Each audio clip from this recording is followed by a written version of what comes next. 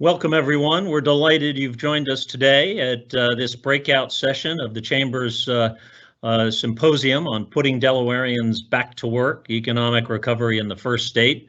This segment is titled Making Delaware Faster, Smarter, and Better.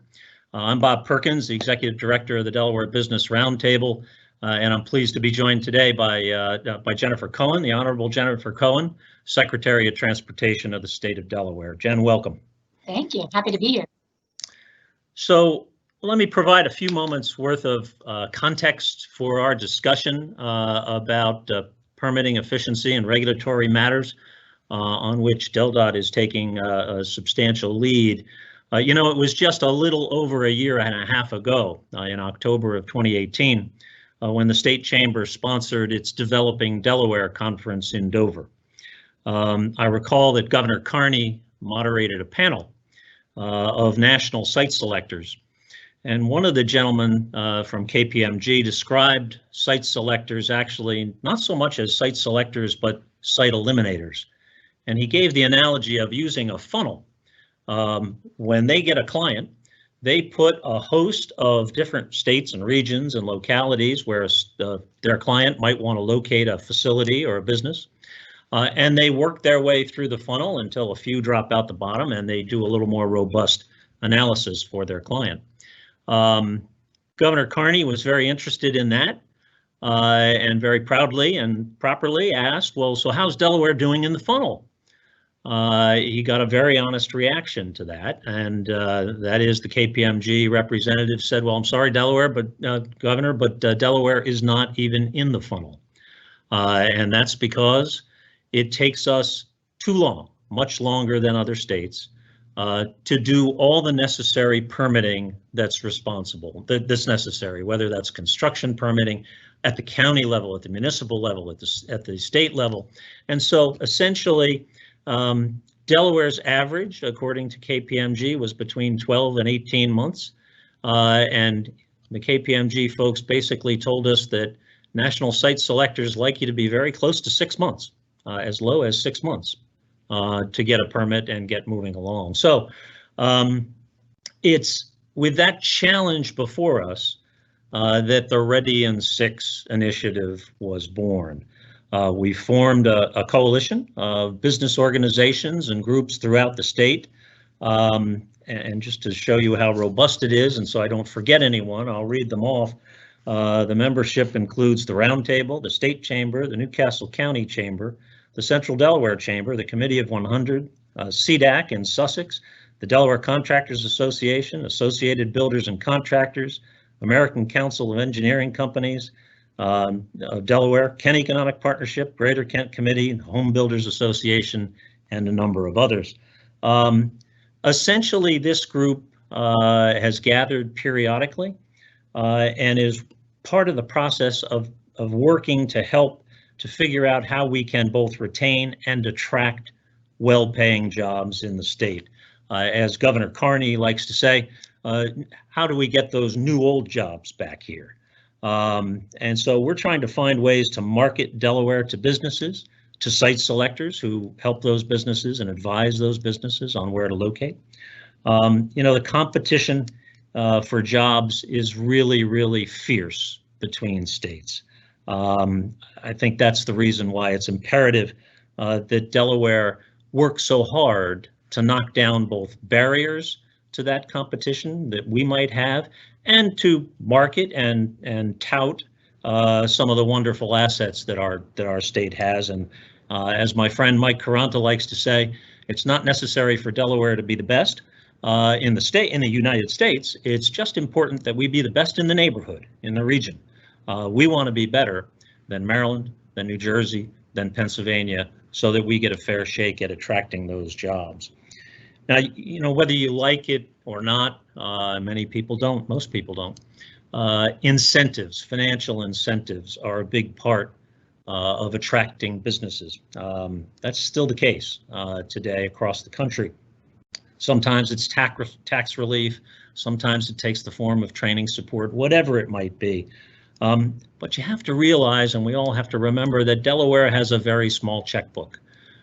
We can't compete with the kind of stipends and incentives that states like Pennsylvania or New Jersey or even Maryland might be willing to offer businesses. So we have to focus on other ways of making sure that we're attracting those businesses, and as I said earlier, knocking down some of those barriers to competition. And so essentially, the fact that we are small suggests that we ought to be nimble, we ought to be quick, and unfortunately, in many cases, we are not. And so we need to continue to work on that. I always like to say that economic development, the issue of economic development and engendering positive economic growth, is just like education, just like the issue of education.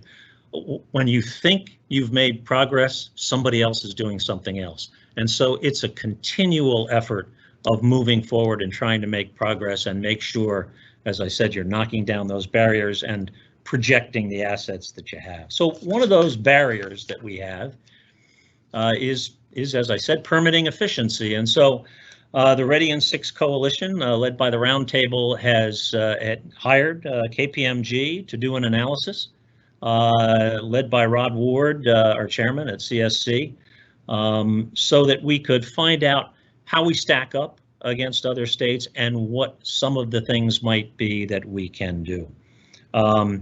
Important to note, permitting efficiency is not just a state issue.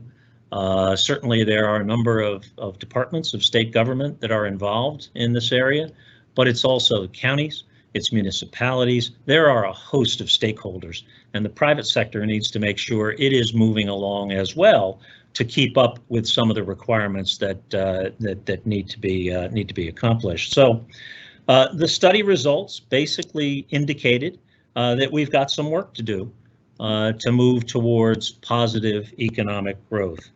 The group talked about some of the initial priorities that arose from that analysis. And these are big issues, potentially very large issues, like considering whether we eliminate the preliminary land use service, thinking about whether some of the DNREC water and surface water discharge requirements are redundant, trying to move away from some of those redundancies, stacking the permitting process. In other words, requiring all agency approval processes to be independent of one another, making sure we're not waiting on each individual agencies and doing so in a linear fashion. Creating kind of a project concierge, some way to fast track some of the projects that are going to mean significant economic growth in the state. Now, important, I think, to note that not everything requires work by the General Assembly. Not everything is legislative in its focus. There are things that can be done in the regulatory sphere that are administrative in nature, and there are a number of, as I said earlier, state departments that need to be involved in this. And we've been pleased that Governor Carney has taken the opportunity to talk about the Ready in 6 initiative to help to move some of those initiatives along. We're looking for additional leadership in that area with lots of state departments and with other stakeholders from him. But this is an effort that is going to take some time. It's going to take a lot of shoulders against the wheel, but we think that is one of those items that will help Delaware, particularly now that we have to do so as a result of the pandemic, and as we come out of this pandemic, it's going to be even harder to move towards positive economic growth. So very appropriate that that the person that I'm here with today has been working on these kinds of things for some time and understands the value of what DelDOT and her agency can do. Has made some steps and is planning some others, and we just think it's terrific that Jen, you are able to join us today so that we can hear a little bit more about what DelDOT's doing in this regard. Thank you so much for your comments, Bob. You are spot on with them, and I couldn't agree more. We've really leaned into this over the last, I've been cabinet secretary for about 6 years, but really strongly leaned into that the last four or five. And as you know, Governor Carney is also highly engaged and really wanting to push development forward and making sure that we're competitive in our region. So what I'd like to do today is just kind of start off by, kind of saying what we've been doing during this pandemic, and then go through some of the business improvements that we've made, and also some of the things, I'm going to tease a little bit of things that hopefully people will be excited about. So I wanted to start off with this slide. We start all of our presentations out with this slide, which is the reason why we get out of bed and go to work in the morning every day. Again, we're 2,500 strong in the Department of Transportation, and our goal is to provide excellence in transportation. And that's every trip, every mode, every dollar, every one. So really, really diverse. So during this entire pandemic, the governor, to his credit, he decreed all state government as essential. And he also had the foresight of making sure that all construction in the state would be essential as well. So we've been hard at work this entire time. So much so that even during the height of the pandemic in the March and April and early May, we were seeing traffic volumes down during the week about 50%, and then on the weekends up to 85%. So we were able to greenlight a lot of our construction projects and just basically let our contractors work as aggressively as they could to get as much done during the down traffic time as possible. And I'm very proud to say that we did over $100 million worth of work in that short amount of time and expedited quite a few projects. I was joking with some folks before who had really just been hunkered down and not left their homes in a few months. I'm like, you guys go out on Route 1 and you're looking around, you're driving around the state, things are going to look a lot different because we've been hard at work this entire time. And that's, huge credit to our contractors. They did all this work and they did it safely. It's just, they've been great partners, all of our subcontractors, and more importantly, making sure that we kept those construction jobs, all of those subcontractor jobs in place. Unlike some of our surrounding states like Pennsylvania and Maryland, Pennsylvania shut everything down and ended up having to lay off a significant number of contractors as well as their state employees. And that, again, to the governor's credit, we were able to avoid all that and use this to our benefit. And I always say you never waste a good crisis. So we were out there being very, very aggressive and safe. So very, very proud of that work. So I'm also very proud of our DelDOT employees. We were able to have about half of them telecommute, and just very happy that they just kept on pushing, and they kept on, pushing through plans and working with developers and engineering firms to make sure nothing in the pipeline was delayed. Honestly, because the engineering and the contracting community, the developing community really was and still is holding up our economy right now. It's one of the only non-medical or food service industry that's been working this whole time. So it's very important for us to keep those jobs moving and keep people employed. So, all in all, the biggest challenge that we have right now is we have a fiscal issue. I think everybody understands that with the reduced traffic, there was a significant reduction in motor fuel tax, which is one of our sources. Tolls, we were waiving tolls so that no one was in the cash lanes. So to put that in perspective, so everyone understands where we're at, for the fiscal year that just ended in June 30th, we were down about $63.1 million. And then starting in this current fiscal year 21, that is an additional $24.7 million on top of that. So the good news is that we were able to use some additional borrowing, which we're going to go do this summer. And some of the CARES Act money was able to supplement some of our operations on the transit side. So it was really important to us to make sure, like I said, we kept all of the construction working and the economy moving in this transportation industry. So happy to say that we are solid for the next 18 months. We're going to have some hard decisions coming up after that, but every project that's in the pipeline and is undergoing right now will continue. So that was really good news, and thanks to the great folks in DelDOT Finance for pulling that off. So now I want to move into kind of some of the things that we've been working on the next slide in the business improvement area. So some of these things I want to review, you've probably heard about, but some things are going to be new. So I'm going to just take them bullet point by bullet point and do some explaining for you guys. So we shortened the review process. So when plans come in from an engineering firm, from a developer to an engineering firm into our operations. We used to take 45 days to do that first iteration review. So we had cut that back to 30 days, and we've been hitting that time. So one of the things that we heard loud and clear from the developing community is that, yeah, that's great. You're 100% time of the time hitting that 30 days. But every time you send it back to us, it's another iteration. So that's another 30 days. And it's another 30 days, and sometimes up to 3 and 4 and even 5 iterations. So that just adds time to the clock.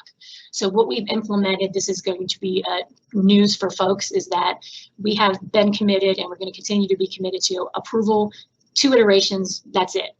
And that's huge. So that means anything that's submitted will be done no longer than 60 days unless there's a major issue.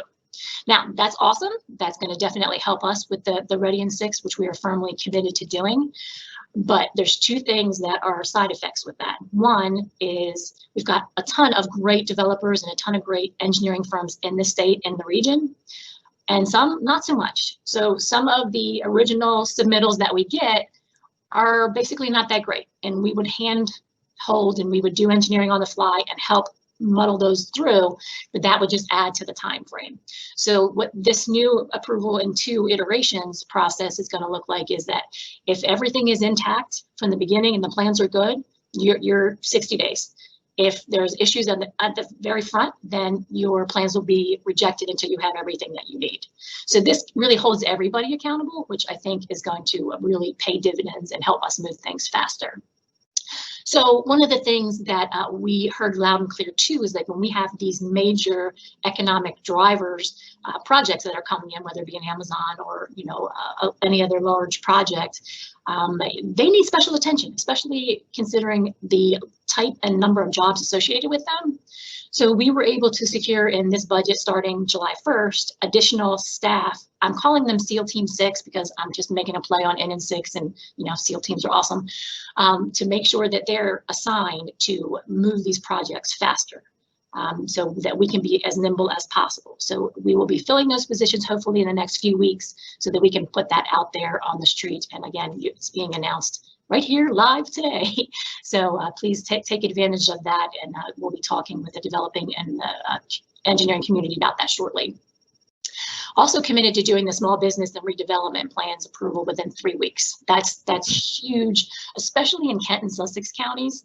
And one of the things that I heard over and over again from the small businesses, again, especially in Kent and Sussex County, is say they just want to open up an ice cream shop or a small, car dealership or something like that.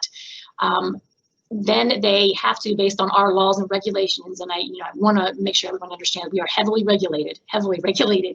And what our intent is to help people go through those regulations and those laws faster and more efficiently.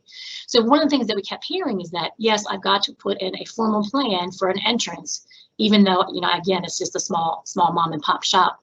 So they go to an engineering firm, and depending on how busy they are and what the market looks like, could cost anywhere between $10,000 and $50,000. I mean, that's a killer right out of the gate for some of these small businesses. So what we've designed is some templates, some entrance plan templates that we can just hand over to these small businesses.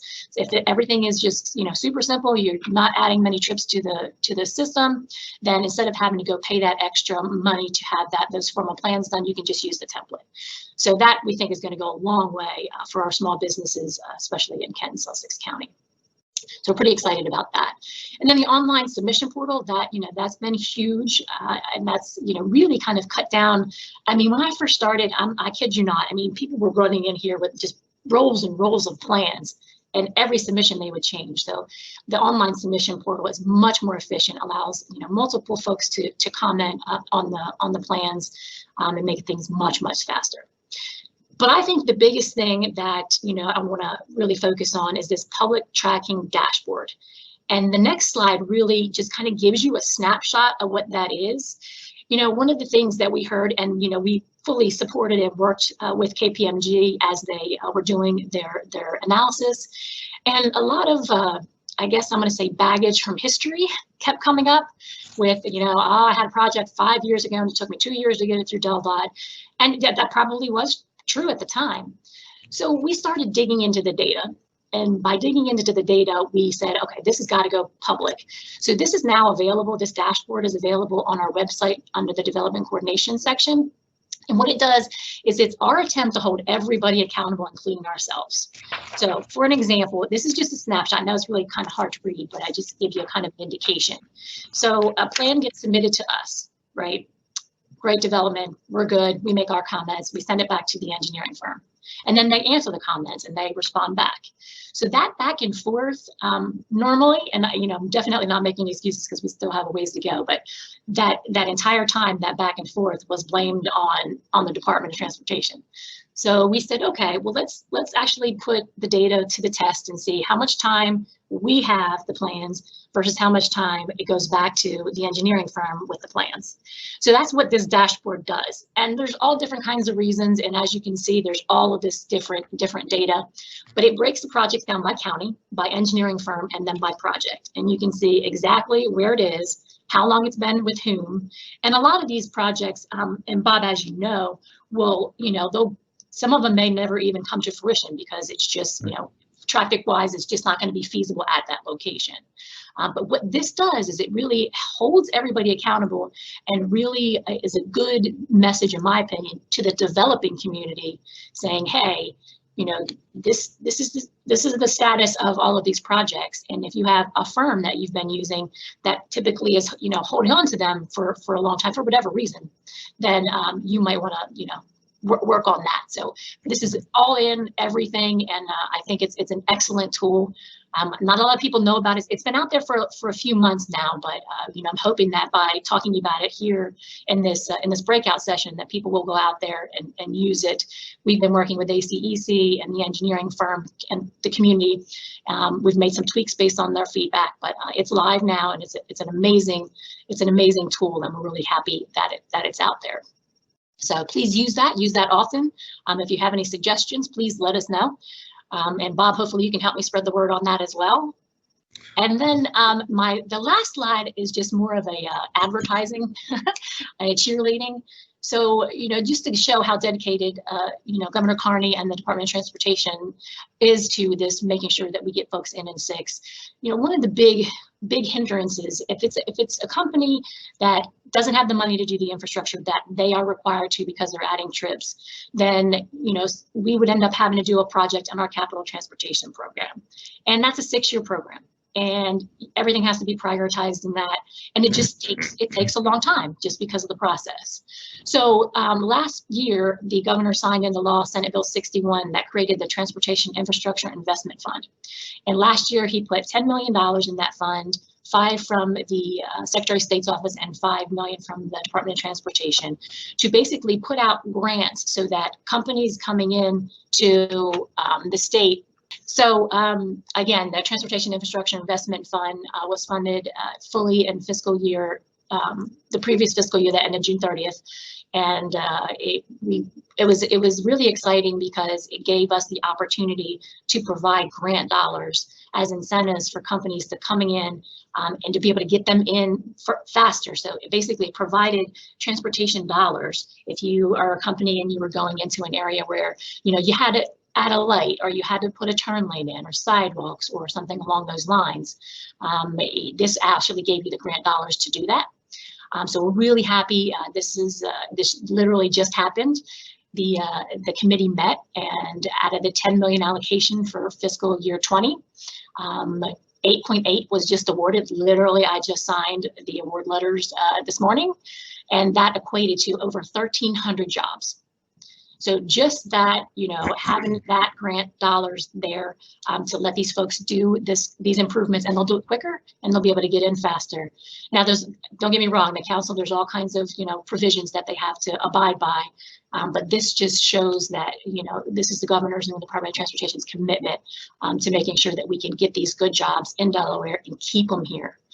So much so that even in the fiscal situation that the state and the Department of Transportation is in, the TIF program has been fully funded for fiscal year 21. So we have another 10 million that was allocated, and then the remaining 1.2 from last fiscal year. So there's $11.2 million out there right now up for grabs. So for companies that are wanting to come into Delaware, we're ready. And I think this is probably one of the things, Bob, that you kind of mentioned earlier is like, well, we can't give you a big incentive.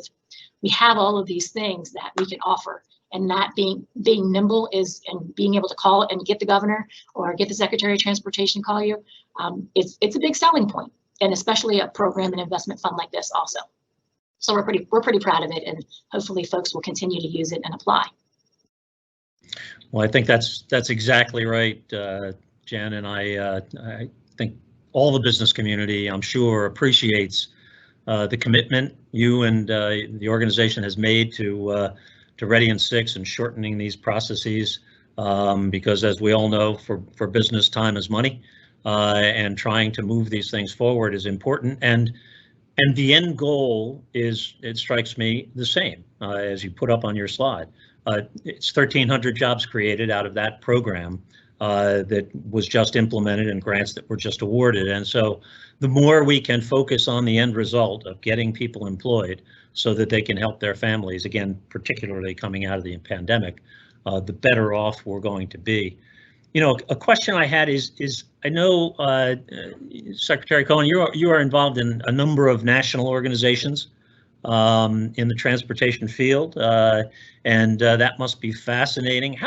How often do you and your colleagues nationally sort of share information or ideas or processes and things like that help you in this kind of an effort? So that's a really good question, because we had one last night at 8 o'clock last night. We had a regional Secretary at DOT conversation, almost similar to what we're talking about here, but really looking at long-term planning, Bob, because things, transit's never going to look the same. Okay, after this pandemic, it's going to come back, but it's going to come back and it's going to look very, very different. Mm-hmm. And then also when we're planning our communities, what we're seeing, and New York was on the call, Massachusetts was on the call, Connecticut was on the call, is that you're already seeing people wanting to move out of those heavily metropolitan areas into areas like Delaware. And when you have your employee base that wants to do that, then as a company, you should also be looking at that. So we're really regionally trying to manage that. I think, some New York City is going to feel this, New Jersey is going to feel this, Philadelphia is going to feel it.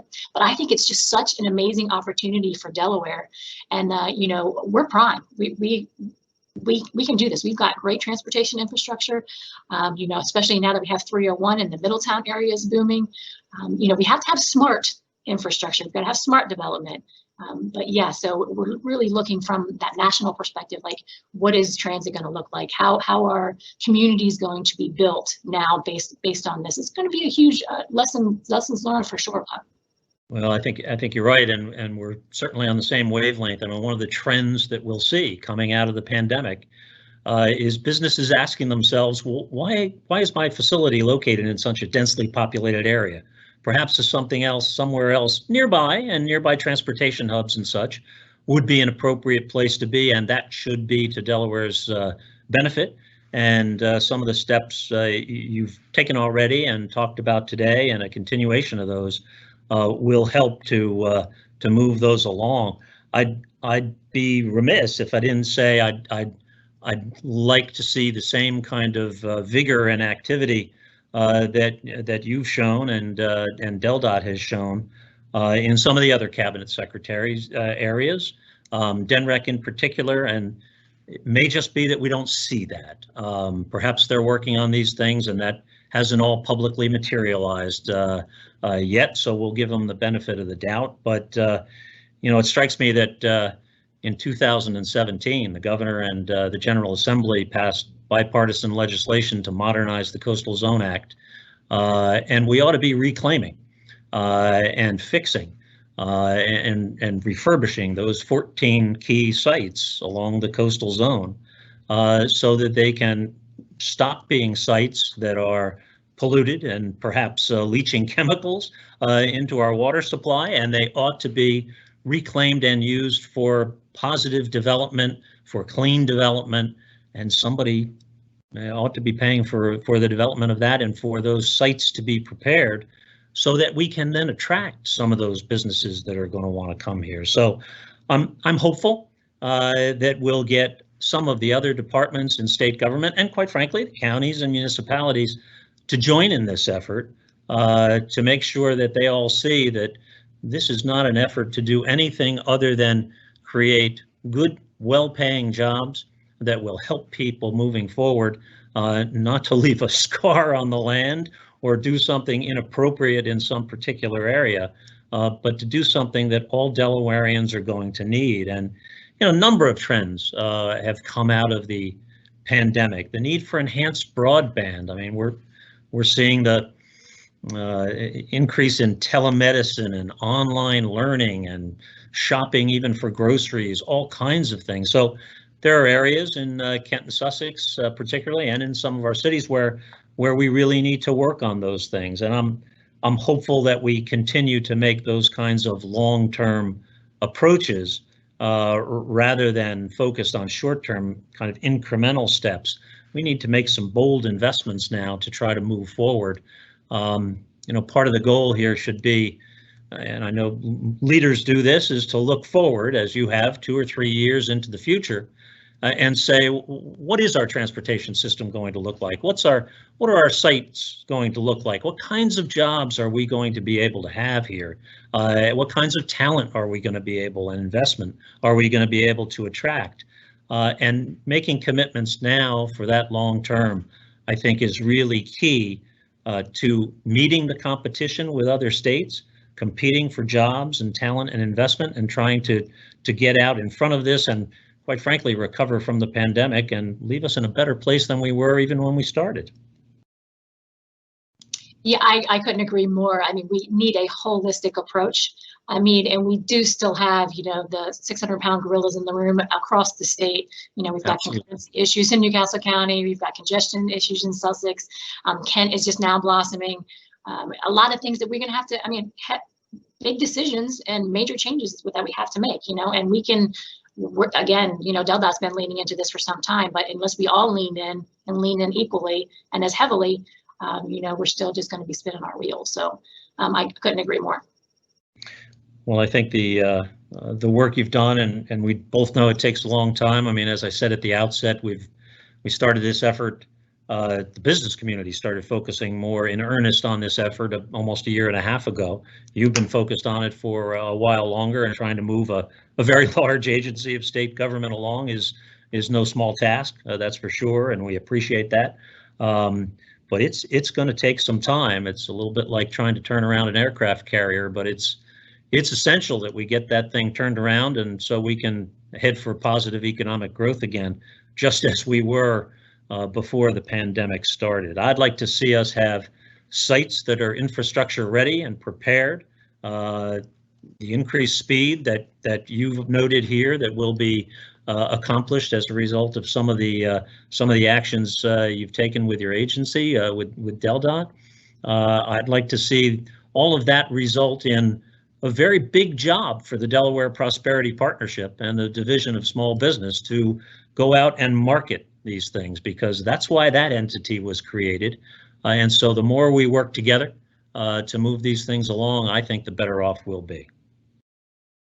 Couldn't agree more. I like to say that, all the agencies working together, we're filling the Christmas present box, and then we give it to the Prosperity Partnership, and they wrap it up and they put a bow on it, and then they go get it.